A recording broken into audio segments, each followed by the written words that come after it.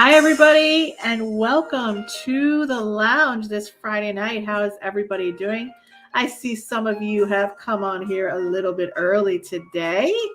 Carol, nice to see you. Do I know you, Carol? You're a Cancer. You like roses and you like music, it seems. How you doing? Welcome to the lounge. Christine, how are you? Sorry you missed the last few weeks. You're trying to buy a farm. Trying to buy a farm. Wow, that's a big deal. We actually weren't on last week. We actually rescheduled to this week. So I'm happy to see you back here again. We missed you too, Christine. I hope you got the farm. And that I just wonder is there going to be cows? Is there going to be chickens? Is there going to be pigs? You're going to have some horses on the farm? What's going on?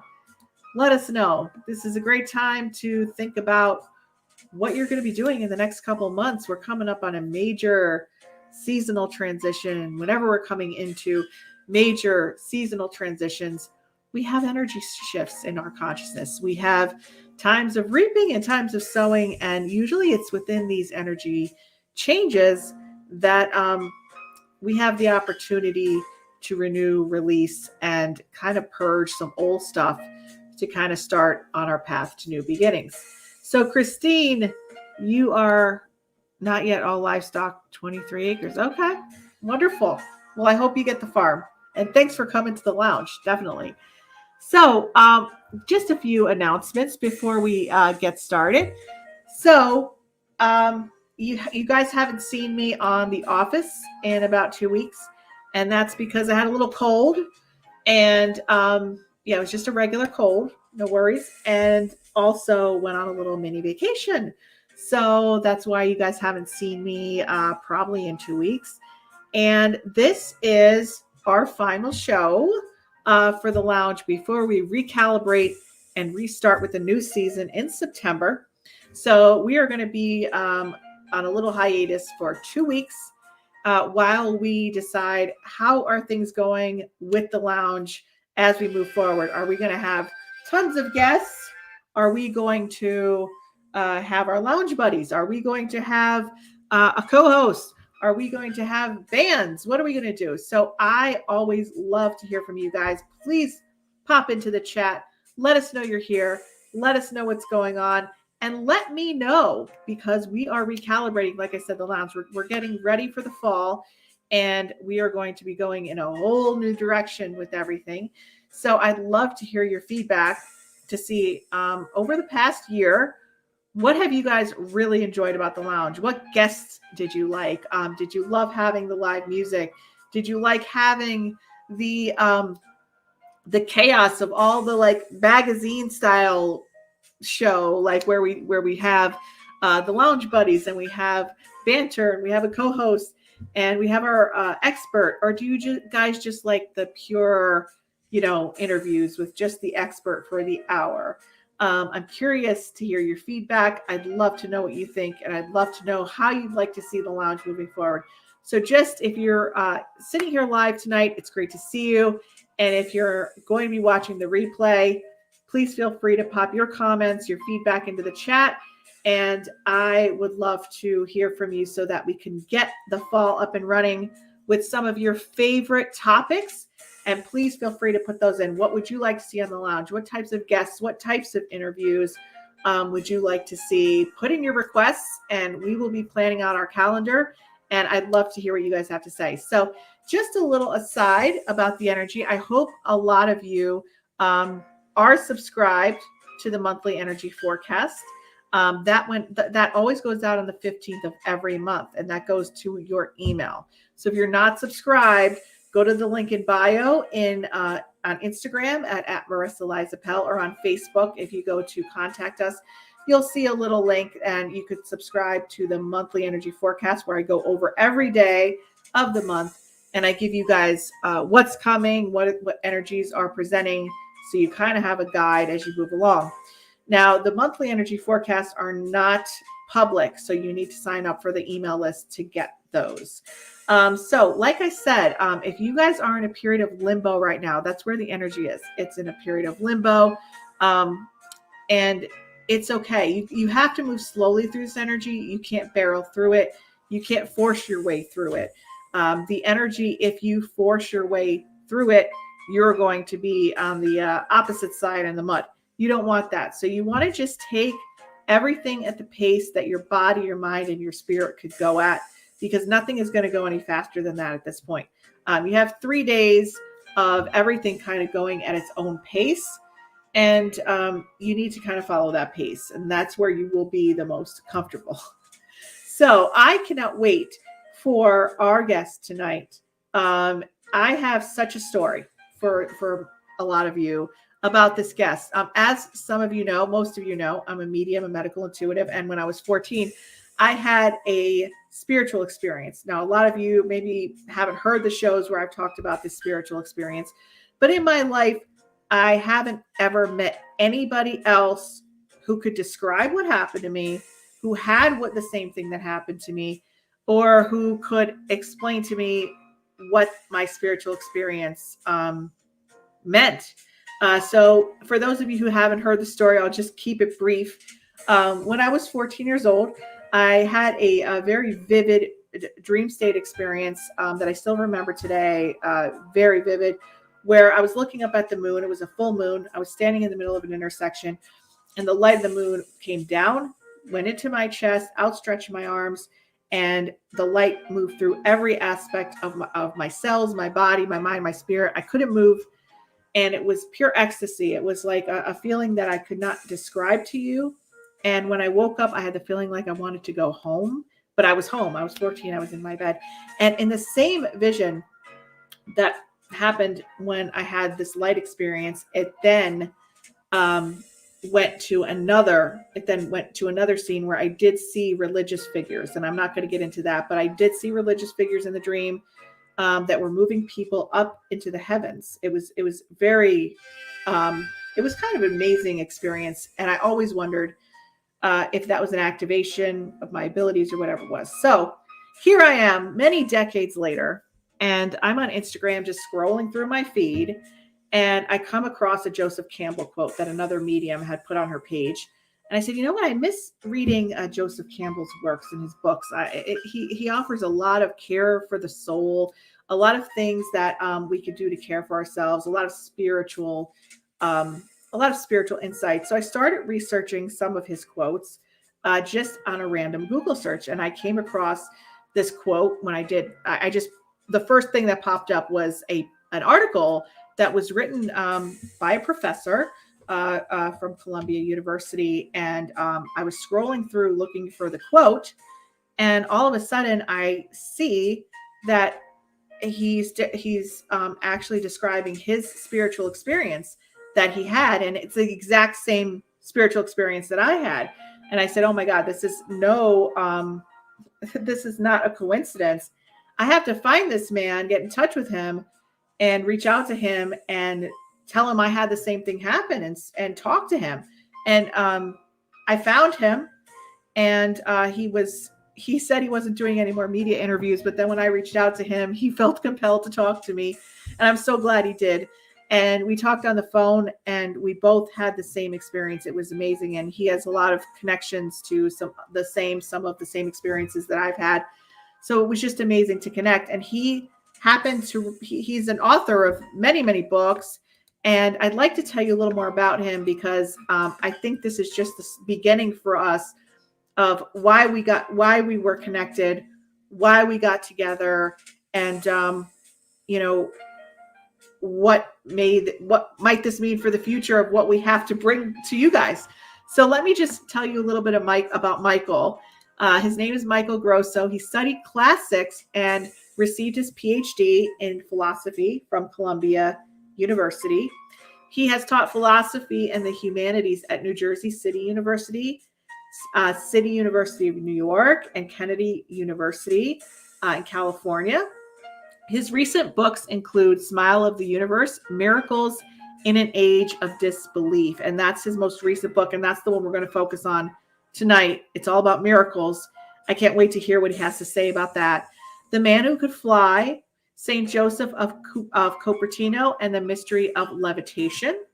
The Final Choice, Death or Transcendence, Experiencing the Next World Now, etc. Michael's focus is on the science of extraordinary human experience and the creative implications of altered states of consciousness. And I'm going to give you information on how to get in touch with him, or read his blog. And he's also a painter who works at the interface of art and the paranormal. So this is a very interesting man. He's been around the block. He's seen a lot of things. He's done a lot of near-death experience research. And he paints also. So without further ado, I can't wait to welcome Michael Grosso. Let's all at the lounge give him a nice warm welcome. Hi, Michael. How are you? I'm just fine. I was wondering who this person was. I had forgotten that we talked about the light experience, because I had a dream in which I was penetrated by a mysterious light too. So that, these things do happen, and that's why I do the kind of research that I do. A lot of people tend to ignore these phenomena, but I think they're afraid of the extraordinary, which is a strange thing. Thank you for introducing me. Of course. And you have written your newest book, A Smile of the Universe, Miracles in an Age of Disbelief. And do you write actually about miracles in this book? Like, do you have actual accounts of these miracles?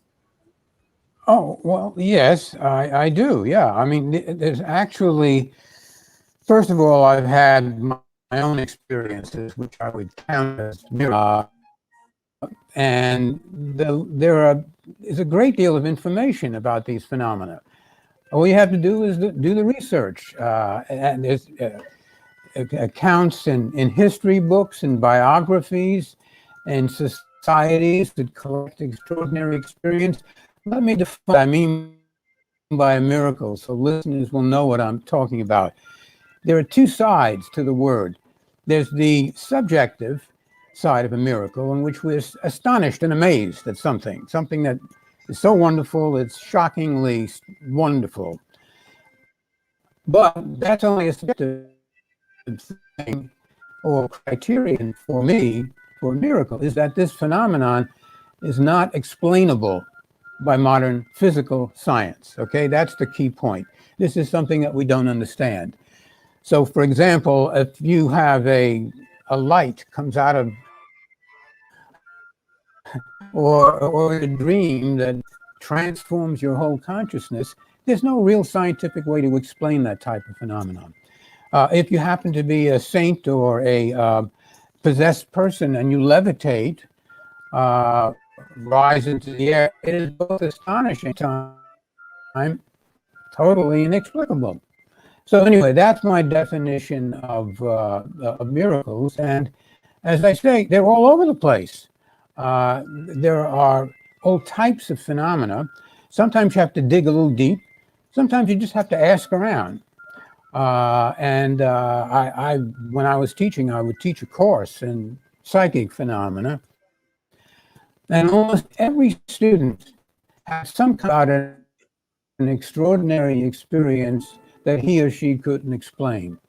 So these are widespread phenomena, and they're terribly important, but they tend to be ignored and repressed by mainstream science. And it's even about people to admit, as I am not embarrassed at all to admit in public that I have seen a UFO, major experience in my life. I call it a miracle only in the sense that I can't explain it. I think it's a mistake or for everyday people to play down the importance of these phenomena. Why? Because they tell us something amazing about human potential, about what we may become as human beings, what is possible. And I think this is the kind of thing that is important to reflect upon nowadays, when the whole planet is in a turmoil and is going through a state of, climate catastrophe, a pandemic, authoritarianism growing all over the world. We need miracles. We need extraordinary people with extraordinary experiences to come to the fore and pitch in to deal with these critical times that we're in. That's my general statement about miracles and why I think they're important. Yes, thank you, Michael. If you guys are hearing, I know some of you have been commenting, you're hearing some audio issues. We have tried to resolve those before we came on. We just decided we're just gonna keep going with the show. Hopefully, you guys could just be a little patient, and we're just there's nothing we could do about the audio issue that we're having at the moment. We just didn't want to not have the show, so just try to just we're just going to try to work through it as best we can, and but thanks for your patience. Anyway, Michael, you mentioned seeing a UFO. Could you tell us about that experience Oh, that you sure, had? sure. I'd be happy to. And the ironical thing about this experience was I witnessed this in Greenwich Village, New York, uh, 5 days before I was about to get my Ph.D. in philosophy.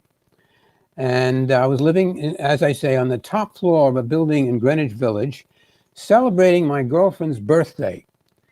And we were quieting down after about 11:30, and we were listening to a piece of music by John Coltrane called The Father and the Son and the Holy Ghost. Wild jazz, by the way. And I got an impulse to go to the window and look out. Top floor. It was a beautiful spring night. And suddenly, as I'm gazing out the window, a bunch of lights again, right? Come out of the sky and start dancing in unison with the music that I'm listening to. And I think to myself, hey, am I dreaming? So I say, James, come over here. Do you see what I see? And we're just gazing out the window. And I'm sort of beating with my feet to the music and realize these lights are sort of dancing in unison with me at the music. So they seem to know what's going on inside our house. Then, I don't know, 20 or 30 seconds, the lights suddenly make a beeline downtown about 2 blocks, which I could see from my apartment, and they perch on top of the dome of a Catholic church called Our Lady of Pompeii at us. The connection, listening to the music, Father and the Son and the Holy Ghost, see the connection. So I know they're talking to us, these lights. Then for about 20 seconds, they do that. Then they shoot back right to where it started from, bounce back and forth a little bit, take off in his classic UFO zigzag motion and disappear in a half a second over the Empire State Building. Well, Jane and I were just flabbergasted. We went up the roof because we're on the top floor. The roof by the name of Louunggeeee, and before we open our mouths, he says, "Did you see that?" So he saw, being on the roof, he had the same experience that we did. So here, 3 people witnessed this. And my feeling, we were listening to that music, it was some kind of a religious message. I don't know what it was. I wasn't feeling particularly religious, but I was enjoying the music of John Coltrane. And it was like a birthday gift to my girlfriend. And a mystery to me, because I could never. And you know what I said to myself, Marisa? I said, I'm about to get my PhD. That means I'm supposed to be wise. Whatever the heck was out there that came to visit us, you were trying to tell me something. So you think you're wise, buddy? Figure this out. That's how I interpreted this experience. And I would, by my definition, it's a miracle. It's a miracle because there's no explanation for it. Only recently, right, since 2007 is owning up that these things are real, okay? But I've known it for a long time. So yeah, that was my UFO experience. So, were you ever a skeptic of near-death experiences, psychic phenomena, UFOs? Were you ever like just so literal in your thinking and so, no, I was never literal because I had No, not at all. Because from the beginning, I remember my first ESP experience when I was about 8 years old. It was very brief, but I still remember it. I had a dream of a that I never played with. I was about 8 years old. And in the dream, very vivid dream, the kid says to me, "Hey, Mike, you want to play off the wall?" We used to play off the wall, ball. We lived in the city. So I woke up, had breakfast. It was a Saturday morning. And I go out, step out the street. And the first thing I see is the same guy I just saw in the dream an hour ago. Johnny. He was nicknamed Buck Teeth Johnny. There he was bouncing a ball. He says, "You want to go play off the wall?" So I never forgot that. That was the first ESP experience I had. I guess you would call it telepathy, precognition, something, whatever Yeah, label. precognition. But Yeah. yeah, something, you see. So I use the word sporadic. From time to time, totally unpredictable, I have pretty unusual experiences. And I've written an entire book just on my own experiences, but it inspired me into this subject and to make it a passion of mine to try to figure out what the heck is going on. And I've been at it for many decades, exploring, meeting people. I continue to have unusual experiences. And no matter how far and deep I reach in my research of really interesting stories about one or another form of miraculous manifestation. So it's been pretty exciting. And Yeah. I'm at it all the time, exploring. Yeah. And I'm wondering, in your research of near death experiences, um, have you ever had a near death experience, or have you ever seen anybody from the other side? Have you ever had any experiences with anyone that passed on? Yes. I could say, but I'll give the answer to my favorite ghost story. People Okay. sometimes ask me, Do you believe?" I said, "No. I know that ghosts exist because I was physically attacked by a ghost." And here's the Oh story. my I'll God. summarize it in a few sentences. I had a student who had a ghost in her house. How did she know? At least 9 people witnessed it and encountered it in different ways. Through that, we don't have the time. So she was one of my brightest students, and she was not making this up to me. So I said, "Could I spend the night in your house and see what happens?" I didn't expect anything That's to happen, but I crazy. felt it my duty. All right, Wow. nine other people, and I won't describe it. It's kind of creepy. Okay, so she says, "Yes, you're welcome." So here's what happened. I spend the night, and I'm sitting in the living room downstairs. My student and her family are upstairs sleeping, and it's 2 o'clock in the morning. And I'm reading and alert, looking around, waiting for something to happen, but not expecting it. Suddenly, I hear a gong ring in the same room that I am. And I look up and I see there's a gong with a stick on the wall, but no one rang it. So I stand up, and take the gong, and I hit the gong. It's the same sound I just heard, right? So I put it back on, and I say to myself, "Wow, the ghost has paid me a visit already. What a triumph." Wow. A minute later, the woman upstairs comes in. Says, what are you knocking? So I explain what happened. So she goes back. She says, "Oh, that's him," and she goes back upstairs. So I figured that's it. So I'm sitting there and I'm writing notes on what I've just experienced. And I look up, and guess what? There's the ghost on the other side of the room, at current form, human-like form, and it's sort of rippling. And suddenly it comes right at me and wraps itself around me and paralyzes me. And I'm trying to scream out, "It's here!" But I can't, right? And so this is terrifying, but it's evidence. So I was ecstatic about the evidence and terrified by Oh being my attacked by God. a ghost. Anyway, it lasts about 3 seconds, and it lets me go and disappears. So that's, there's no doubt in my mind that ghosts are real. Now, what it was exactly, I can't quite say. I don't know for sure, but that's a perfect example of a ghost. I'm now hearing some funny sound. Is that me or you or what? When I'm stopped talking, it seems to have stopped. Anyway, that's my ghost story. And there are other, you asked me about a near-death experience. In a dream I did, okay?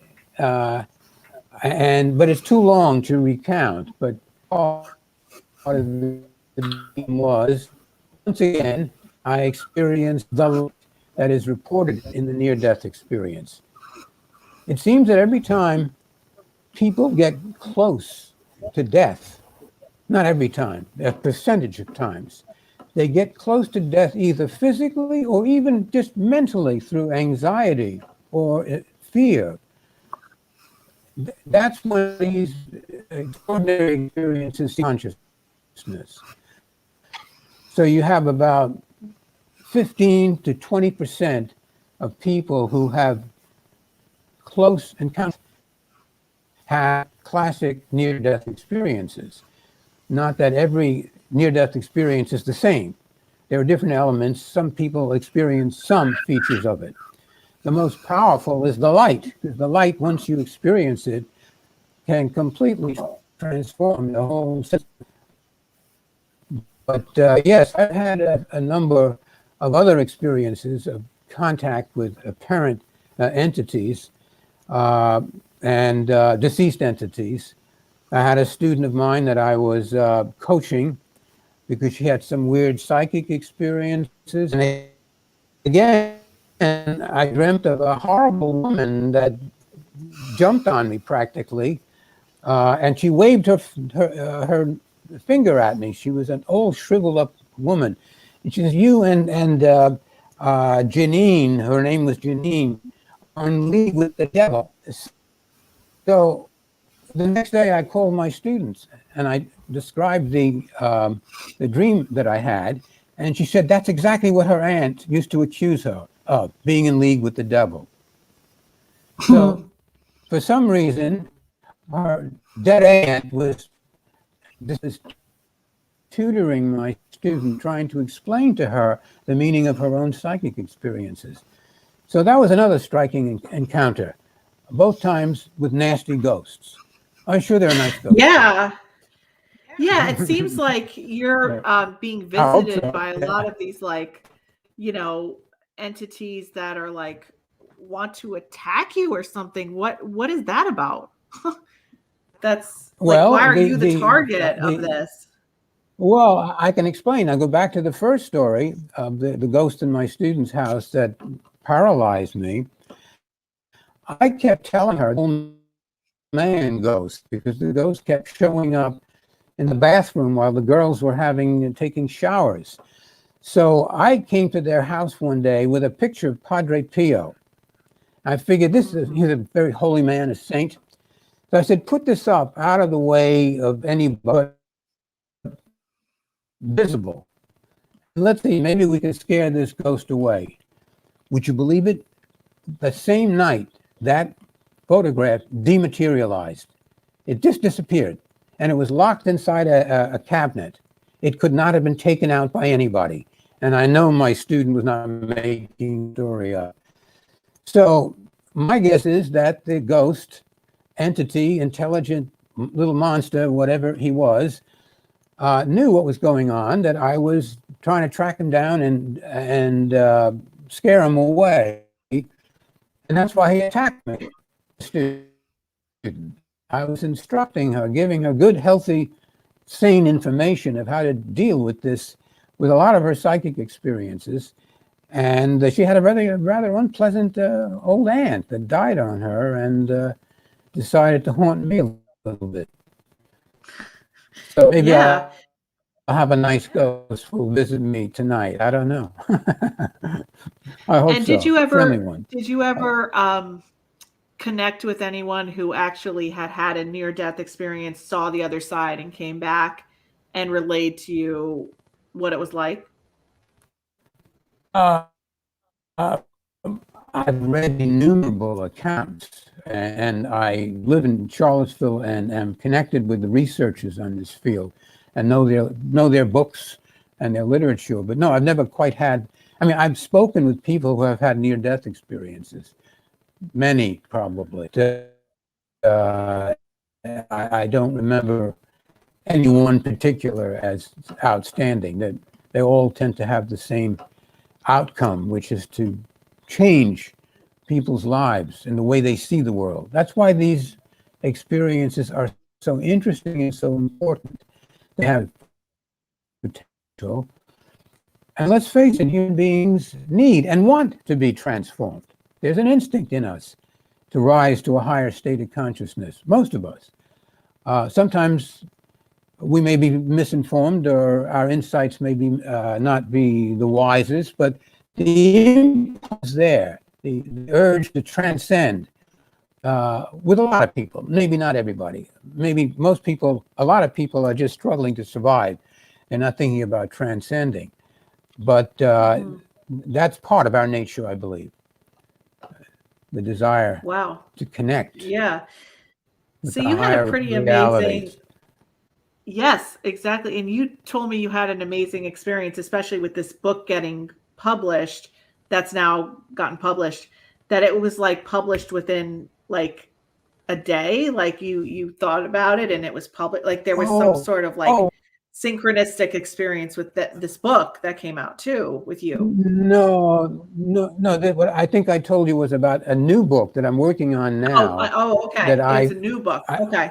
yeah, it's a new book. During the pandemic, a lot of us are digging into ourselves, right? Yes.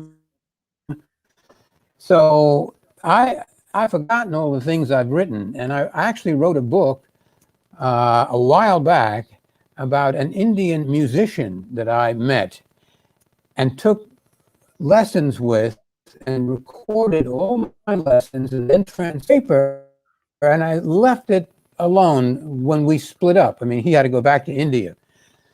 And I was reading it and I realized this is a marvelous man that I got to know. And I think this book will be of interest. And to make a long story short, in a single day, I don't know if it was synchronicity, luck, or whatever, or my guardian angel, but I made the right connections so that by the end of the day, and this is that rarely happens, I had the promise of a contract for the new book. I got the contract, and I'm working on the book.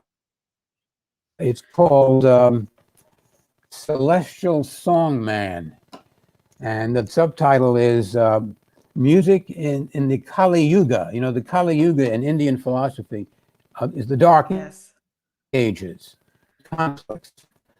And so the question is, it's a book about the mystical power of music to transform consciousness. Pretty interesting stuff, I think.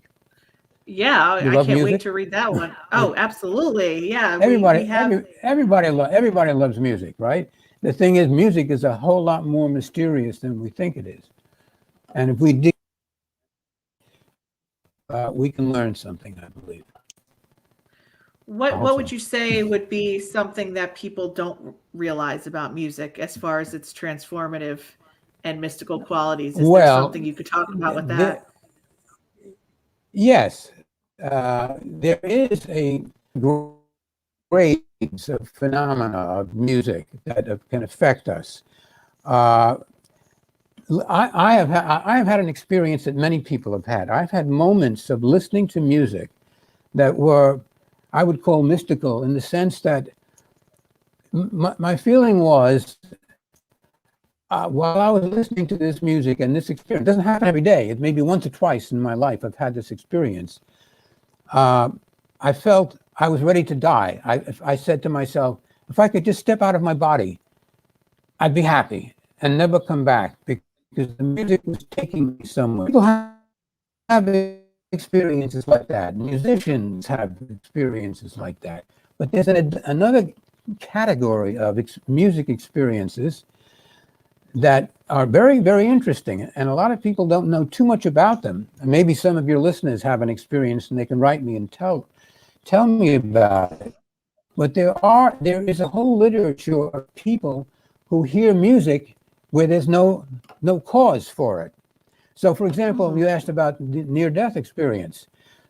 It is a fairly relatively rare but still recurrent phenomenon that literally or only figuratively, maybe just they're depressed about death or depressed about somebody dying, and they start hearing music, beautiful music that they've never heard before in their entire life, transcendental music that is completely, and there is no physical explanation for it. So that's what I'm researching and writing about right now. And as I say, there's a literature that goes back to the 19th century. A friend of mine who is deceased now has written 2 books on this phenomenon of transcendental music. That's what I call it. So it's a very interesting paranormal phenomenon. We can't explain it. But it has this wonderful sort of sense of bringing you together with the universe. Music, harmony is one of the factors that makes music, right? There's rhythm, there's tone, timbre, and there's melody, but harmony has an almost philosophical significance. What we need is to come together harmoniously, psychically, truly, ecologically, right? And so music holds perhaps the secret for some people, not for everybody, and it's not going to solve the world's problems, but it's an element that we should explore and tune into. We need to the things that bring harmony and bliss and light into our lives. And so there I am writing a book about transcendental music. Well, and this is because you had this experience with this guy from India. Did he provide you some sort of transformative experience through music? Is that why you decided to write this book or bring this information out? Well, that's a good question. There are 2 reasons. My experience with Nada Brahmananda, the Hindu teacher, is one of them. But even before that, I'd tell you about my UFO experience. I was listening to Father and the Son and the Holy Ghost by John Coltrane. You got to listen to that music; it'll blow your mind.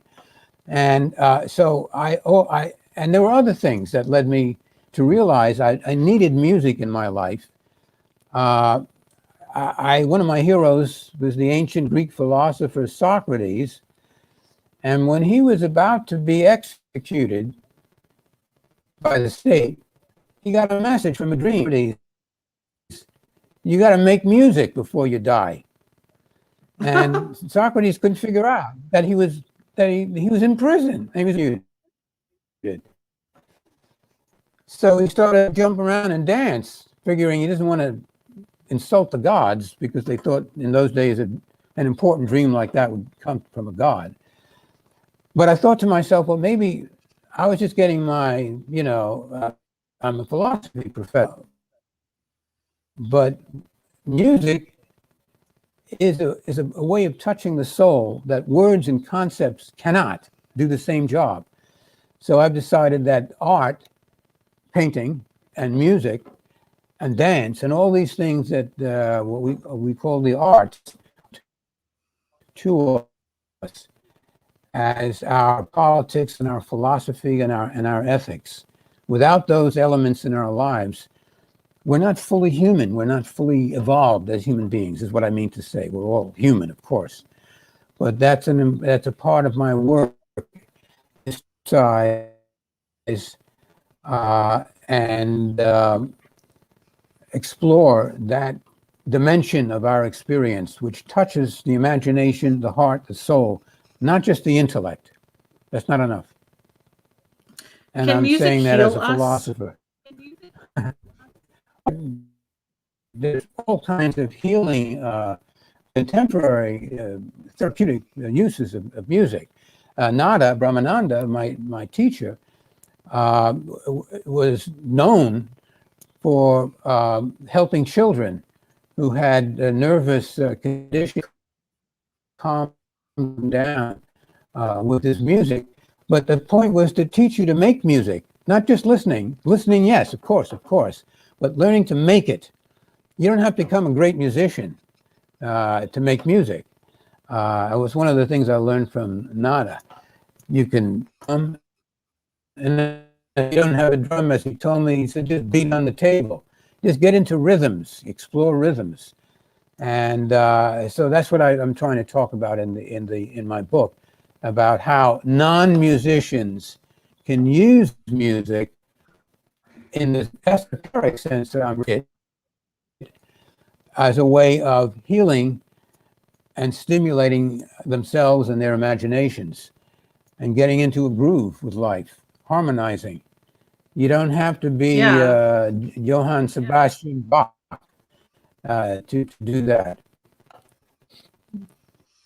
Right. I have a comment here that's kind of interesting. I'm going to bring it Okay. up. Um, All right. MacArthur, I'm not sure what your first name is. I definitely hear music that is not physically around me in real time and in dreams that's unlike any existing music, but not having any knowledge of musical composition. I am unable to write it down to save it or reproduce it, which is extremely frustrating. Have you had Oh, wow. anyone that you know ever experienced this? Not quite like that. That's very interesting. And anyway, I think the important thing about having an experience like that is just enjoying it and let it affect you in whatever way it does. And of course, it might even be an inspiration to study a little bit music. But it's quite a report. I appreciate hearing that. If that person has a moment to get onto my blog and write what he just described, I'd be happy to write back and discuss it with him at a later date. But Okay, awesome. Now, I do have something to ask you. Do you think that musical notes combined in a certain pattern are the future of frequency medicine to heal certain medical issues? Yeah, I don't know that for sure. I have not studied. I know that there is music therapy, and there's art therapy. I know how art works. I know how music works for me in a therapeutic, helping, healing, energizing that. My own guess, Marisa, is that everyone in the end has to figure out how to make these things work for themselves because we're all different, right? And yes, you can go to an expert and the expert can give you some hints. Oh, you can read a book or pray for a dream or meditate or something.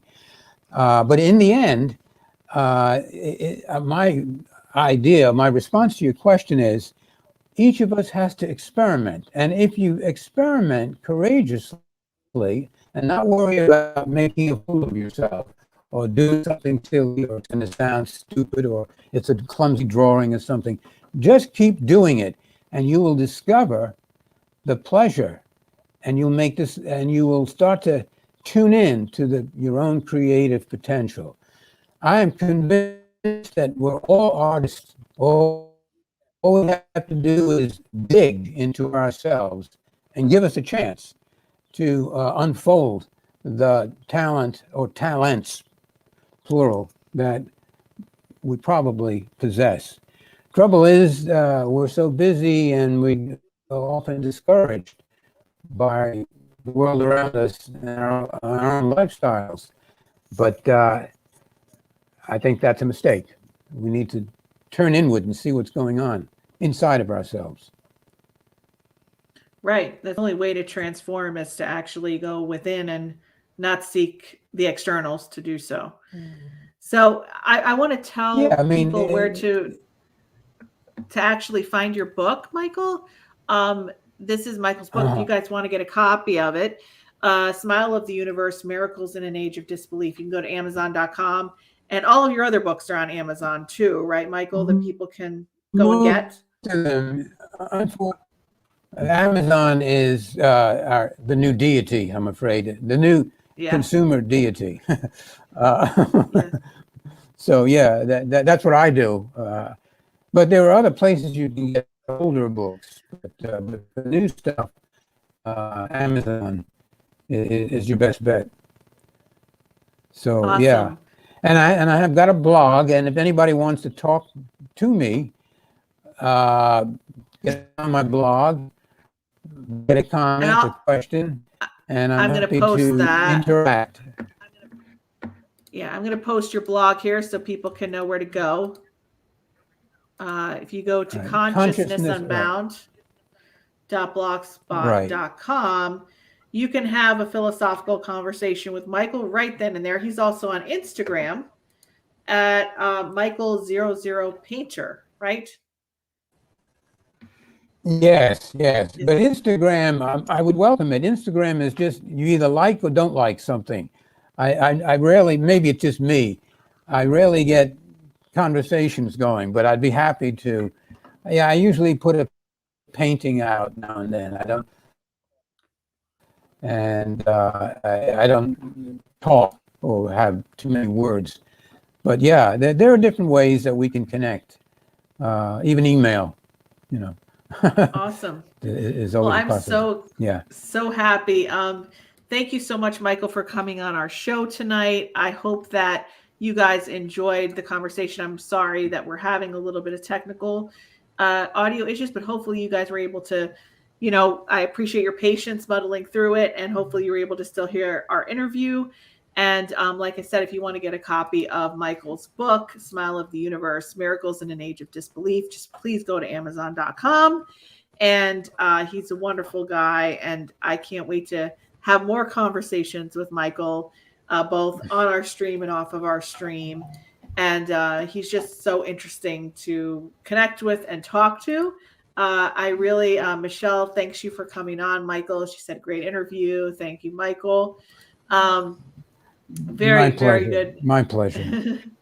And also, guys, just if you're just coming on or you came on midstream, just the announcement that I made in the beginning that we are taking about 2 weeks to get into our fall programming with the lounge. So there will be a 2-week break, and we are going to be planning for our fall schedule. So if you are a lounge watcher, I want to hear your feedback on over the course of the past year. What did you like on the lounge? Did you like having the lounge buddies? Did you like having our co-hosts? Did you like having our musicians? Did you like having, what guests did you like? We are going to be planning out a new season, and we're taking 2 weeks to get that all structured. So please put in the comments if you're live, if you're not live. I read them all.